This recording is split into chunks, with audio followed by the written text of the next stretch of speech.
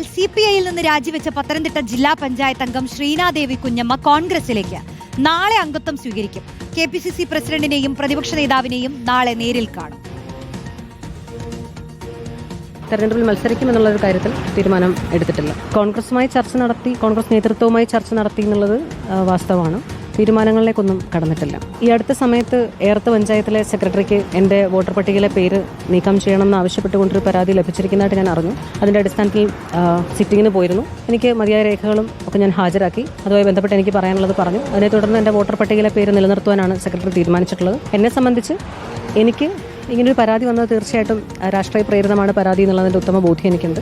ഇപ്പോൾ റീസെൻ്റ്ലി എടുത്തിട്ടുള്ള ചില എൻ്റെ രാഷ്ട്രീയപരമായിട്ടുള്ള നിലപാടുകളാണ് ഈ പരാതിക്ക് അടിസ്ഥാനം എന്നുള്ളത്. പരാതിക്കാരൻ്റെ ഐഡന്റിറ്റി തന്നെ അത് റിവീൽ ചെയ്യുന്നതാണ്. പ്രവീൺ പുരുഷോത്തമൻ ചേരുന്നു കൂടുതൽ വിശദാംശങ്ങളുമായി. പ്രവീൺ, ഈ കൂറുമാറ്റത്തിന് പിന്നിൽ കാരണം എന്താണ്? റോഷ്നി, ശ്രീനാദേവി കുഞ്ഞമ്മ CPI നേതൃത്വവുമായി കടുത്ത അഭിപ്രായ ഭിന്നതയിലായിരുന്നു.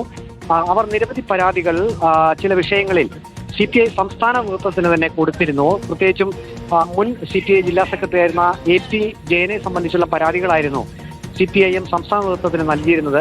പക്ഷെ അത്തരം പരാതികളൊന്നും വേണ്ടത്ര രീതിയിൽ പരിഗണിക്കപ്പെട്ടില്ല എന്ന ഒരു അഭിപ്രായമായിരുന്നു ശ്രീനാദേവി കുഞ്ഞമ്മയ്ക്കുണ്ടായിരുന്നത്. അതുകൊണ്ട് തന്നെ കഴിഞ്ഞ ദിവസം അവർ CPIയിൽ നിന്നും രാജിവെച്ചിരുന്നു. അവർ പള്ളിക്കൽ ഡിവിഷൻ ജില്ലാ പഞ്ചായത്ത് അംഗം കൂടിയായിരുന്നു.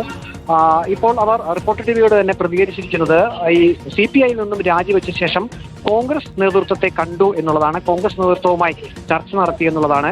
തദ്ദേശ തെരഞ്ഞെടുപ്പിൽ മത്സരിക്കുമോ എന്ന ചോദ്യത്തിന് അവർ അക്കാര്യത്തിൽ ഒരു തീരുമാനം എടുത്തിട്ടില്ല എന്നാണ് റിപ്പോർട്ടർ ടിവിയോട് മറുപടി പറഞ്ഞത്. പക്ഷേ ഇപ്പോൾ ഏറ്റവും ഒടുവിൽ പുറത്തുവരുന്ന വിവരം അവർ നാളെ തലസ്ഥാനത്തെത്തി KPCC പ്രസിഡന്റിനെയും ഒപ്പം തന്നെ പ്രതിപക്ഷ നേതാവിനെയും കാണും എന്നുള്ളതാണ്. നാളെ തന്നെ കോൺഗ്രസിൽ അംഗത്വം എടുക്കാനുള്ള ഒരു സാഹചര്യമാണുള്ളത്. നമുക്ക് അറിയാൻ കഴിയുന്നത് അവർ നാളെ തന്നെ കോൺഗ്രസ് അംഗത്വം എടുക്കുമെന്നുള്ളതാണ്.